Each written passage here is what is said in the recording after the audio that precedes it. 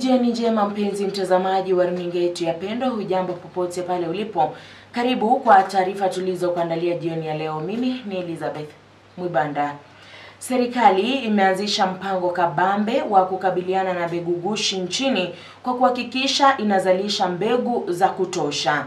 Hatua hiyo inalenga kuwaepushia hasara wakulima ambao mara nyingi hujikuta katika mtego wa matapeli wanaotumia uhaba wa mbegu kwa kuwauzia mbegu zisizo halali. Mwanahabari wetu Susan Otungu ana taarifa hiyo kwa kina kutoka kaunti ya Trans Nzoia. Wakulima kutoka kaunti ya Trans Nzoia wamefurahia mazao mengi ya mahindi mwaka huu, huku serikali pia ikisema kuwa mafanikio hayo yanatokana na vita vikali dhidi ya mbegu gushi na juhudi za kuhakikisha kwamba kila mkulima anapata mbegu halisi na bora wakati mwafaka. Haichakuwa imefunja rekodi miaka karibu 3. Hii ni ya 4 imefunja rekodi zaidi. Utafiti mpya ambao tulifanya kama Kenya Seed Company, na tumepata mbegu ambazo zinaweza kustahimili shida hiyo ambayo tulikuwa nayo. Kwa hivyo mashida mbalimbali ambayo tulikuwa nayo tumeweza kupanga vizuri na tumeweza kupata mbegu ambayo inatosha. Kwa hiyo miaka 2.5 kwa sasa hivi katika nchi ya Kenya tuna mbegu ya kutosha nchi yetu vile tumesema, na tuna mbegu ambayo inaweza kusaidia sehemu. Aidha, kila mwaka taifa huagiza mbegu nyingi kutoka mataifa ya kigeni ili kutosheleza mahitaji ya ndani. Lakini mwaka huu kampuni ya Kenya Seed ina matarajio ya kuzalisha mbegu zaidi ili kupunguza uagizaji huo na kuimarisha uzalishaji wa ndani. Seed inatokana na ukosefu wa mbegu ya kutosha katika nchi ya Kenya. Ukiwa na quality mzuri na hauna mbegu ya kutosha, wanabiashara hushi wanaleta mbegu fake seed. Kwa hivyo vile tumepanga mbegu ya kutosha katika nchi yetu ya Kenya na kupanga namna kukabiliana na wakora hawa, tumeweza kuzuia mbegu, tumeweza kuzuia ukarabati na uhalifu wa mambo ya mbegu kushi ambayo kulingana na vile harvest itakuwa imeiva. We are likely to get almost 44 million kilos. And we are ensuring that quality is maintained. Kwa sasa changamoto kuu ni mvua kubwa inayoshuhudiwa pamoja na barabara mbaya zinazowazuia wakulima kufikisha mazao yao sokoni kwa wakati ufaao. Mwaka huu mahindi imefanya vizuri, japokuwa upande wa transportation pia ni changamoto, pia mvua ni mingi. Hata kama mimi saizi mahindi kwa shamba bado iko. Kwa hivyo tukileta mahindi hapa tunapata raini ni kubwa. Vile vile wadau wa kilimo wamepongeza serikali kwa kuchukua hatua za mapema mwaka huu za kuzalisha mbegu zaidi. So naweza kusema kwamba tunawahimiza wakulima wetu waendelee kuhakikisha kwamba mbegu yenye wananunua wanachunguza kuona kwamba iko na hiyo sticker ya KEPHIS ambayo una scratch na unatuma kwa namba 1393. Ni lazima tufanye utafiti na tupate mbegu ambayo itashikana na environment hizi sehemu zote ambazo tunasema. Kama vile kuna mbegu ambazo zinakuzwa kule Nyanja, unapanda Nyanza, kuna mbegu inapandwa Mombasa. Susan Otungu, runinga ya Pendo, kaunti ya Trans Nzoia. Kutoka kaunti ya Busia kwa taarifa ambazo tumeandaliwa na mwanahabari wetu Victor Danya ni kwamba zoezi la kuwasajili makurutu wanaoazimia kujiunga na jeshi linaendelea katika kaunti hiyo, huku vijana takriban 250 wakijitokeza kwenye zoezi hilo katika uwanja wa kaunti mjini Busia. Na kulingana na msimamizi wa zoezi hilo Lieutenant Kanali Biko, zoezi hilo linaendeshwa kwa njia iliyo na uwazi, huku vijana wakijitokeza na stakabadhi zinazostahili. Kanali Kirima alisema kuwa hakuna raia kutoka taifa jirani la Uganda ambaye amejitokeza kwenye zoezi hilo jinsi ambavyo ilishuhudiwa katika miaka ya huko nyuma, huku akitoa wito kwa vijana kujitokeza kwa wingi katika zoezi hilo ambalo linatarajiwa kukamilika tarehe 25 mwezi huu. The second day of the recruitment, we came here to take a potential candidate for the purpose of joining the KDF, and I can assure you that this recruitment has been very fair and free from our side, but we expect even the observant to come up with their views. We have a policy of zero tolerance to corruption. We have our own banners situated on the other side, demonstrating the same. And in the morning, we took them through the opening for the purpose of this exercise by highlighting the potential candidate about the requirement.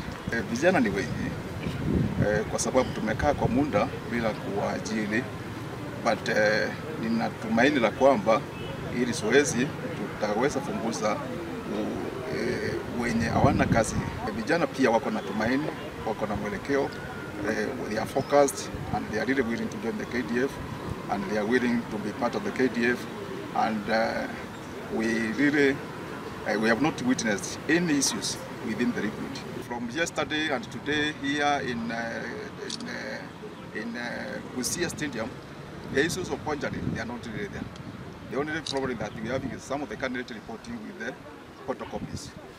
And I can assure you that today is the first time we are taking the first reading in this sub-county, and most of them, they are competitive, and we are going to get the best from the readings. Na wakulima wa kahawa kutoka eneo bunge la Tongareni katika kaunti ya Bungoma hasa wanaitaka serikali kuu na ile ya kaunti kuingilia kati kusuluhisha matatizo ya sekta hiyo. Aidha, wamelalamikia bei duni ya zao hilo, ukosefu wa kiwanda cha kusaga kahawa, ongezeko la madalali na bei ghali ya pembejeo ndizo chanzo kuu cha kuwakosesha faida. Wakizungumza baada ya kuzuru shamba la mkulima mmoja eneo hilo kwa lengo la kuhamasishwa kwa namna ya kutunza kahawa, wakulima hao wamesema licha ya zao la kahawa kuwa na faida, bado wanahangaika kwa umaskini. Tafadhali watupatie pia hii plot na alafu watuchengee factory. Imagine we are using hand pulpers kupulp kahawa. You can imagine how much time we shall spend. Uko na magunia 5, uko na magunia 7, and you are using a hand to pulp your coffee. Kama Coffee Research tumekuja hapa siku ya leo ili tutangamane na wakulima, tujue zile changamoto ambazo wanapitia na pia kuwaelimisha kwa zile mambo ambayo wanafaa kuyafuata ili waweze kupata mazao bora. Pesa sasa imekuwa ngumu, hauwezi lisha kahawa yako vile inatakikana. Zaidi sana hata spray ndio shida sana. Na tukisonga mbele ni kwamba chama cha kitaifa cha walimu nchini KNUT tawi la Trans Nzoia kimepinga shinikizo la kuhamishwa usimamizi wa shule ya sekondari ya msingi kutoka shule za msingi hadi shule za upili. Katibu wa KNUT tawi hilo George Wanjala amesema shule za JSS zitaendelea kusimamiwa na shule za msingi kwa mujibu wa mapendekezo ya jopo la watu 42 lililoteuliwa na Rais William Ruto kutathmini mtaala wa CBE. Aidha, amesema kamati hiyo ilikusanya maoni tofauti kutoka kwa wananchi na kuwasilisha ripoti yake ambayo sasa inatekelezwa. Hao walimu walio kwenye shule za msingi, kuna wale tayari ambao wamekuwa deployed, wameingia kwa junior school. Wale walikuwa na zile qualifications, a majority of them wameenda junior schools na walitoka primary schools, and are doing a great job. Alafu kuna shule ambazo tunapozungumza saa hizi hasina walimu. Na wale walimu ambao wanafanya kazi kule na wale walimu wa shule za msingi. Maana sisi walimu wa shule za msingi tunajua jinsi ya kulea watoto wadogo. Ndio maana tunaitwa shule za msingi. Unaitwa A-level. Hii A-level ilikuja ikakuwa domicile secondary school. Kulikuwa na madarasa mawili, form 5 na 6. Na haya madarasa walimu ambao walikuwa wanafunza hiyo hawakusema wanataka kujitenga wawe na kitengo chao. Waliingia kwa shule ambazo zilikuwa na wakakuwa na kila kitu, staff room moja na kila kitu kimoja. Nafikiria watu hawaelewi. Kwa hivyo domicile ingeanza leo. Kwa sababu ilidadisiwa na ikakubaliwa ya kwamba junior school ibakia katika shule za msingi. Hilo swala liendelee hivyo hivyo. Na watu ambao wanakimbia huku na kule kwa sababu ya ubinafsi wa kujitakia wanachama, waachane na watoto, waachane na wanafunzi, wasaidie serikali.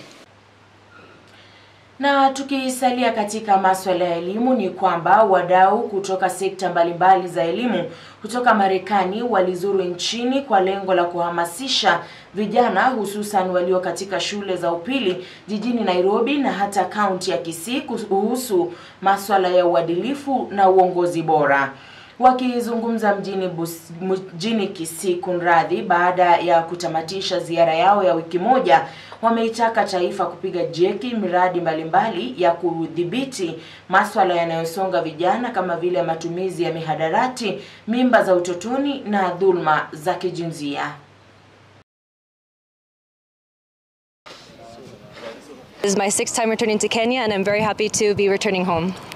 And the very specific students that some of the people here that were so touched by them that are now sponsoring them one-on-one to see their progress in their education, because we understand that the future of Kenya is here and the minds are sharp and they're hungry, and so we want to continue on so that way they can continue to have a wonderful future. This is our 10th anniversary.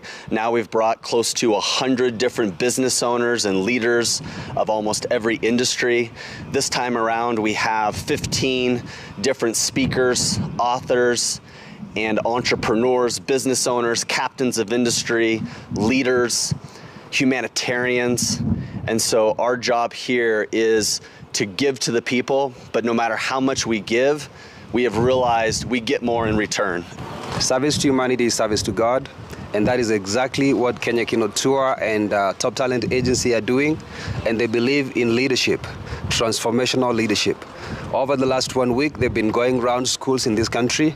We have reached over 20,000 students speaking about leadership and raising young leaders. Na mtazamaji, kwenye masuala ya afya ni kwamba wataalamu wa masuala ya afya sasa wametoa wito wa kuchukuliwa kwa haraka hatua za kukabiliana na ongezeko la ugonjwa wa saratani, huku taifa likirekodi visa vipya zaidi ya 45,000 na vifo zaidi ya 30,000 kila mwaka. Na mtazamaji, katika mafunzo ya kikanda kuhusu uchunguzi wa saratani ya matiti yaliyoandaliwa katika hospitali ya mafunzo ya Chuo Kikuu cha Kenyatta, wataalam walielezea wasiwasi wao kuhusu ukosefu wa miundombinu, ufadhili mdogo na pia uhaba wa wataalam. Wakiongozwa na katibu mkuu wa Wizara ya Sayansi, Utafiti na Ubunifu, Profesa Shokat Abdilazak, mwakilishi wa IEA Miriam Mikail wameitaka serikali kuwekeza katika vifaa vya kisasa, kupanua mafunzo kwa wahudumu wa afya na pia kuanzisha sajili za kitaifa za kusaidia utungaji wa sera bora.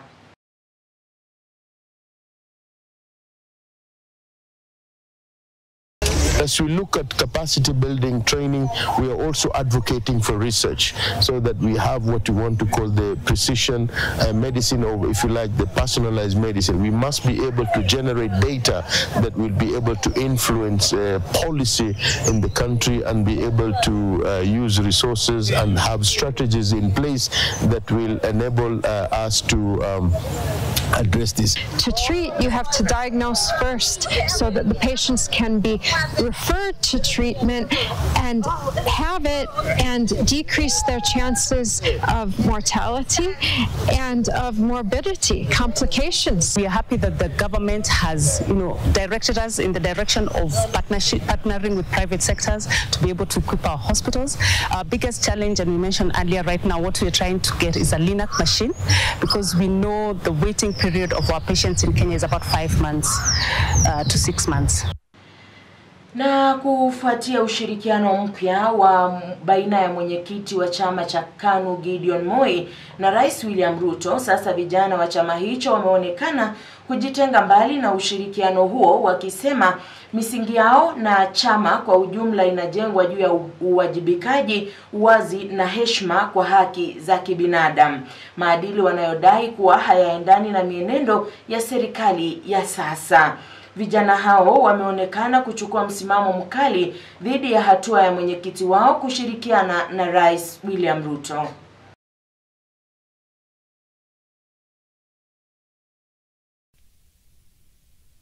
We, the KANU Youth Congress, fully dissociate from the newfound partnership between our national chairman, Honorable Gideon Kipsele Towet Moi, and His Excellency the President William Ruto.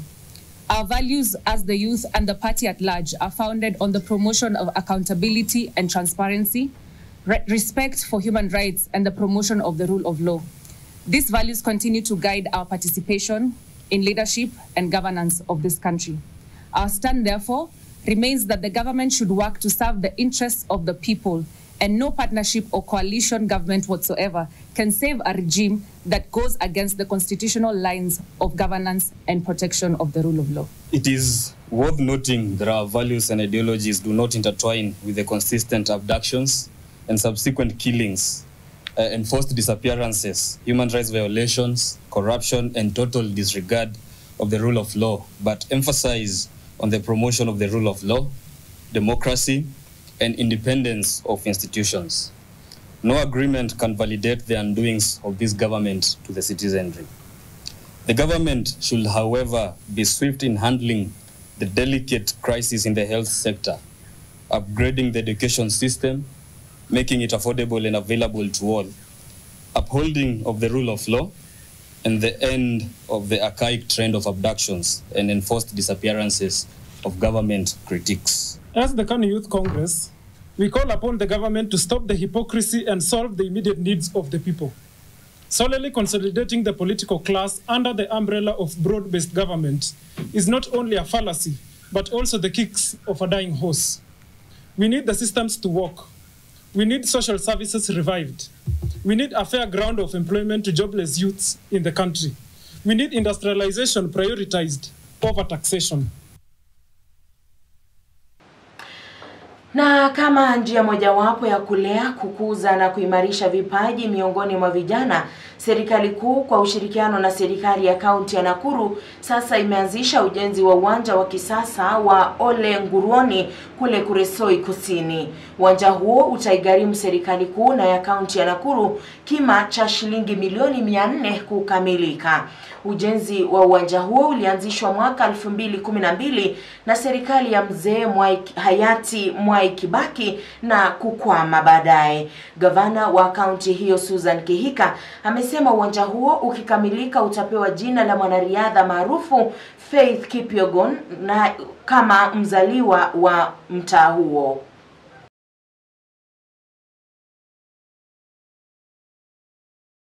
Breaking ya Ole Nguruoni Stadium.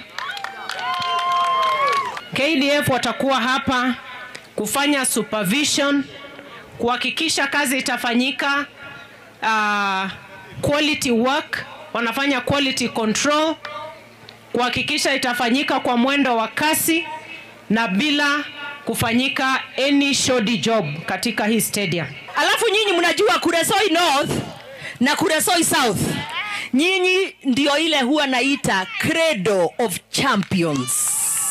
Sawa sawa.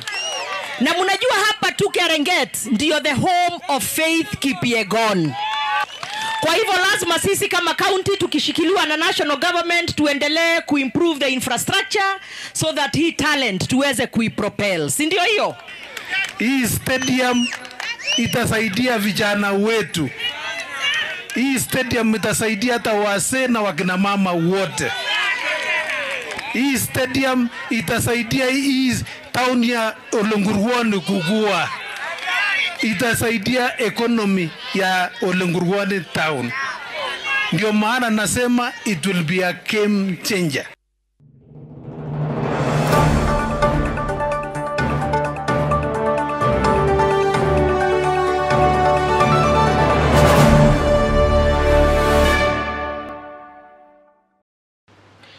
Na michezoni ni kwamba kama njia mojawapo ya kukuza michezo katika eneo linalokuwa la Joska katika kaunti ya Machakos, shule ya St. Philip's Neri imefungua rasmi uwanja wa kisasa na kidimbwi cha kuogelea cha kiwango cha kimataifa.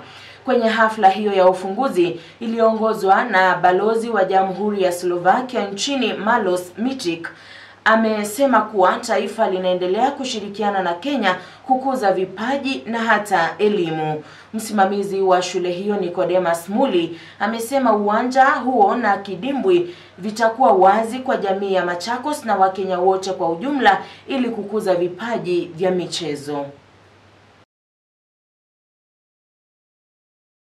Part of the project because we consider sports as being an integral part of education. You cannot have education without sports, because sports is not only about physical skills, but it's also about discipline, it's also about teamwork, and also respecting each other. We don't have very many standard pools in the country, but looking at the facility that we have opened here today is a standard pool. Semi-Olympic, which is 25 meters, and this pool will be able to host county events as well as the national events, because our goal as the National Federation is to devolve the sports to various counties. This turf and the swimming pool are not only facilities that are going to benefit St. Philip Neri learners. We are opening our doors for the community around. We have actually extended an invitation to our parents to enjoy this facility for free, especially during the evening at times that school is not using it. The community is well invited to have opportunity to use the pool during weekends, especially when the learners are not using it. Therefore, we are looking at a facility that has elevated not only the school but the community at large. Na mtazamaji, rais mpya wa shirikisho la kina mama wakongwe nchini KGFF, Daktari Elizabeth Kaitani ameitaka serikali kupitia Wizara ya Michezo kufadhili mashindano ya michezo mbalimbali ya wakongwe mashinani kama njia mojawapo ya kuboresha mchezo huo. Kama Kenya Grannies Football Federation tunataka kuomba sana Ministry of Sports kwa ile support wanatupatia when we do an international tournament. We are requesting also if they can also do support tukiwa hapa within the country, ama tukifanya local tournaments, waweze kutusaidia, sababu hawa magrannies wangependa sana kufanya more and many regional ama local tournaments hapa within the country, so that they can, because we are just kicking for health. Our main slogan is kick for health. So we are kicking so that to reduce these old age diseases. So tuna request ama tuna uliza Ministry of Sports watusaidie sana, because more grannies wanataka kujitokeleza. Na mtazamaji, kufikia hapo ndipo na tamatisha taarifa za usiku wa leo. Tukutane kesho kwa taarifa zingine. Mimi ni Elizabeth Mwibanda. Usiku mwema.